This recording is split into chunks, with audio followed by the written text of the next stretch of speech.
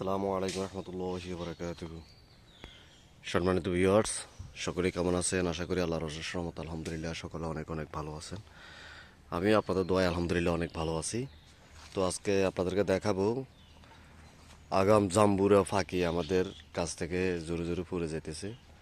একটা পড়ছে, একটা ফাঁকি রয়েছে, ঠিক আছে, আরও আছে। তো এই যে এই গাছও এই যে পাইছে, হ্যাঁ। তারপরে এই যে এখানে আছে, ওই যে ভিতরে ওই আরেকটা আছে, এটাও পাইছে। এই যে বড় এটাও পাইছে, এগুলো ফাইকতেছে। আর আপনাদের সাথে এই বল্লাটার পরিচয় করিয়ে দিই। এই বল্লা এটা আছে না, এটার পাশার কিনার দিয়ে যে একটা সুইর মতন একটা আছে, এটারে এগুলোর মধ্যে ঢুকাই দেয়।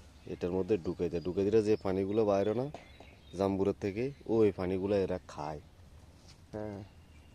এরকম করে এগুলা নষ্ট করিয়া লায় আর কি। আর এগুলো হচ্ছে মালটা, এটারও বলা হয় কলসি মালটা। এগুলাকে বলা হয় কলসি মালটা। এই যে এগুলো হচ্ছে কলসি মালটা। আর অল্প কিছুদিন গেলে এগুলো খাওয়া যাবে। আর এগুলো হইলো লেবু, সব ফাঁকি দিছে। যে এগুলো হইলো পেয়ারা, আমরা নোয়াখালী ভাষায় গবিয়া কই। বাতি এসে কয়েকটা খাওয়া যাইব, প্রায় 5-6টা নেওয়া যাইব। আসলে ওরকম প্রস্তুতি আয় নাই। এগুলো আছে না, জুম করে দেখায়।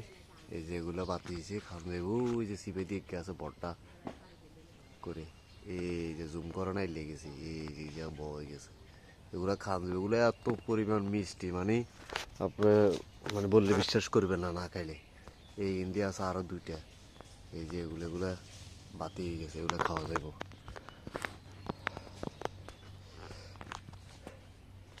তো সম্মানিত ভিউয়ার্স, সকলে ভালো থাকবেন, সুস্থ থাকবেন। আল্লাহ হাফেজ।